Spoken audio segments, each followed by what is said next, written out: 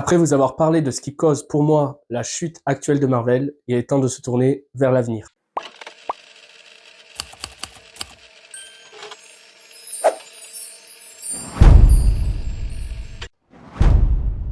Comme je le disais, j'ai récemment sorti une vidéo sur la chute de Marvel que je vous invite fortement à aller voir pour comprendre celle-ci. Ça va être un peu une suite logique. Donc je vous mets le lien juste là, allez voir, c'est important. Et sinon, on peut enchaîner. Donc dans cette vidéo, je vais essayer d'analyser un peu tous les projets qui vont arriver jusqu'à ce qui est censé être l'apogée du nouveau Marvel Cinematic Universe, donc Avengers Kang Dynasty et Avengers Secret War. Donc on va voir un peu tout ce que ces programmes vont nous apporter ou justement ne pas nous apporter. Le dernier programme sorti à cette date, c'est Echo. J'ai regardé la série, j'ai trouvé très moyenne, vraiment. Je me suis dit que ça allait peut-être changer, vu qu'on s'attendait à rien, que ça allait être une bonne surprise, mais non, pas vraiment. Dans cette série, ça ramène Wilson Fisk et très brièvement Daredevil, donc ça ouvre un peu le champ des possibles sur, on va dire, le street MCU. Il y a beaucoup de théories qui tournent, comme quoi Spider-Man 4 pourrait en faire partie. Mais du coup, maintenant, on va se pencher sur ce qui va arriver. Et le premier film qui va suivre, ce sera Deadpool 3. Alors, honnêtement, pour ce qui est de Deadpool, en termes de qualité, je m'attends pas à grand chose. Je pense que c'est Deadpool, ça va être un bon moment. Je pense pas que ce film va vraiment être détesté. En revanche, je pense qu'il va apporter bien plus de choses en termes de construction du MCU et d'ouverture pour la suite jusqu'à Avengers. Le film pourrait parler de Deadpool qui se promène à travers le multiverse, on sait pas trop comment, il y aurait la TVA qui serait impliquée, donc je pense que ça va ouvrir beaucoup de champs des possibles. Donc je compte vraiment sur ce film pour essayer de recentrer un peu l'histoire et sentir que on va vers quelque chose. Ensuite, on va avoir le droit à une série, Agatha Coven of Chaos, je crois que ça s'appelle. Et alors cette série, j'ai l'impression que je suis le seul à être hype. Ça sort en automne 2024 et donc ce sera sur le personnage d'Agatha qu'on a vu dans WandaVision. Et moi, tout le délire de sorcières, etc., le petit flashback qu'on avait eu au temps de la chasse aux sorcières, je pense que s'il exploite bien, ça peut faire un nouveau style complètement différent et moi ça m'intrigue. J'ai l'impression d'être le seul, mais cette série m'intrigue. Donc pourquoi pas compter sur elle pour essayer de faire remonter un peu le MCU avec une bonne surprise. Ensuite, on part direct en 2025 avec le 12 février, il me semble, Captain America 4. Et donc là, c'est en rapport avec ma vidéo, mais je trouve que c'est des personnages qui, pour l'instant, alors que le Faucon, il est là depuis longtemps, c'est des personnages secondaires qui sont là un peu par défaut de ne plus avoir les personnages qu'on aime. Donc j'ai bien peur que ce film, moi pour l'instant, il m'intéresse mais pas du tout. Je vois pas quel enjeu on peut mettre en place durable ou je pense que ça va être un film one shot pour nous présenter un peu le personnage en tant que Captain America. Mais c'est fait par un réal qui a pas fait grand chose avant, des scénaristes qui ont pas fait grand chose avant. Donc j'ai bien peur que ça fasse pas avancer beaucoup le MCU et que ça lui fasse pas vraiment remonter la pente. Ensuite, le 30 avril, il devrait y avoir les 4 Fantastiques. Et là, encore une fois, ça va être des nouveaux personnages. En plus, tous les anciens ont été ratés, donc je pense qu'ils peuvent assez facilement faire mieux. Mais en revanche, en termes d'apport au MCU, ça va être sûrement une origin story ou alors vraiment un film pour ces personnages parce que c'est la première fois qu'on va les voir. Donc ça va pas faire avancer beaucoup l'arc du multiverse.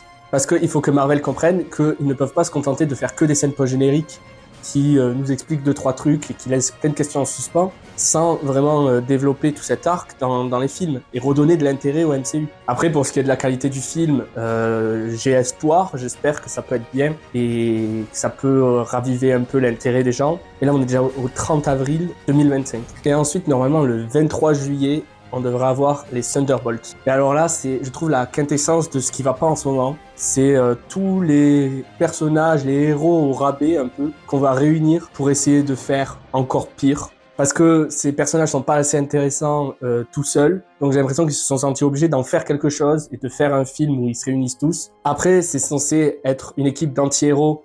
Donc j'espère que ce sera un film un peu plus mature, un peu plus dark, mais honnêtement, j'y crois pas du tout. Je sens que ça va nous faire un film à la Suicide Squad, fun, un peu rigolo, avec une équipe un peu déjantée, mais justement, je pense que ça va être le film qui englobe tous les problèmes qu'a le MCU en ce moment. J'espère vraiment me tromper. Et toujours en termes d'avancée de la saga du multivers, c'est encore un film qui va être assez terre à terre, on va dire, qui je vois pas comment peut faire avancer les choses. Ensuite, le 5 novembre, on est censé avoir Blade. Et donc, ce film, je porte beaucoup d'espoir dessus. Déjà, ils ont choisi un bon acteur qui choisit normalement bien ses films. Après, c'est une histoire de chasseur de vampires. Le ton peut être vraiment intéressant et il peut changer de tout ce qu'on a l'habitude de voir. Ça peut nous faire découvrir une nouvelle facette du MCU. Ça peut faire avancer les choses parce que on va être dans une dimension qu'on connaît pas trop encore. Mais par contre, le tournage est bordélique. Il y a 6 mois de reshoot parce que le film n'était pas assez convaincant. Donc vraiment, il était censé sortir bien avant. Donc ça m'inquiète un peu. Mais sinon, j'espère que Blade va remonter la pente. Ensuite, on a 2 séries qui sont censées arriver, mais j'ai pas la date, donc je les ai mises là. On va avoir Daredevil Born Again. Je n'y crois, mais pas du tout. Quand j'ai vu Echo, je me suis dit Daredevil, ça va être dans la même lignée et ça va pas être bien, je pense pas. Alors que le tournage était terminé, ils ont fait 6 mois de reshoot parce que ça a pas convaincu les équipes, donc c'est déjà assez inquiétant. Et puis j'ai peur que Disney aille pas au bout, qu'ils assument pas jusqu'au bout le Daredevil qu'on aimerait voir. Après, on va avoir Ironheart. Et qui en a quelque chose à faire de Ironheart. C'est vraiment ces héros qui sont censés remplacer des anciennes, donc là Iron Man, mais ils ont été mal introduits dans des films pas incroyables. Et c'est encore une fois ces héros qu'on est censé commencer à aimer et suivre pour nous amener jusqu'à leur apogée et qui pour l'instant ne fonctionnent pas du tout. Et faire une série sur Ironheart, je pense vraiment pas que ce soit une bonne idée. Je pense que ça va pas marcher. Et enfin, à une date encore inconnue, on va avoir Armor Wars.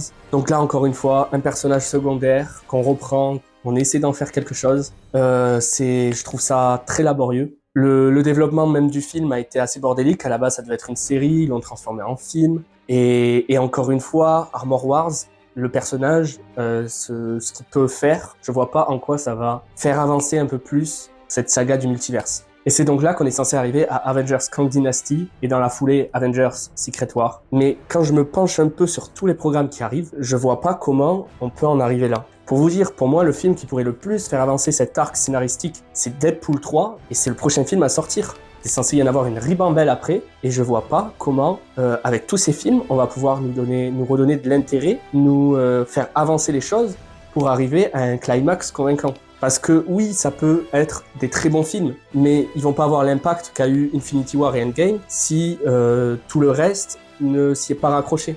Donc comme je le disais dans mon ancienne vidéo, oui, je garde espoir, mais au vu de ce qui arrive, j'ai l'impression qu'ils continuent quand même sur les problèmes que j'ai évoqués, des personnages peu intéressants, assez oubliables, qui se ressemblent un peu tous, que des personnages secondaires. Je disais que le multiverse ramenait les gens, mais je le vois pas vraiment présent dans tout ce qui va suivre. Donc ouais, je suis quand même un peu inquiet pour ce qui est de l'avenir du MCU jusqu'à Avengers Kang Dynasty. Mais écoutez, je serai là pour vous faire les critiques de tous ces programmes, pour voir si ils vont réussir à s'en sortir, réussir à ratiser la flamme. Et je me tâte à faire une vidéo sur l'histoire de Avengers Secret War et Kang Dynasty, qui serait pour moi l'histoire parfaite qu'on attendrait. Mais c'est une vidéo qui me demanderait beaucoup de temps, donc j'hésite encore à la faire. Si vous voulez que je la fasse, dites-le moi en commentaire et ça va sûrement me motiver. Donc voilà, dites-moi ce que vous pensez de l'avenir du MCU. Quels sont les programmes qui vous hype le plus et ceux que vous attendez le moins? Donc j'en ai fini pour aujourd'hui. C'était le Cinosophe. À bientôt, portez-vous bien.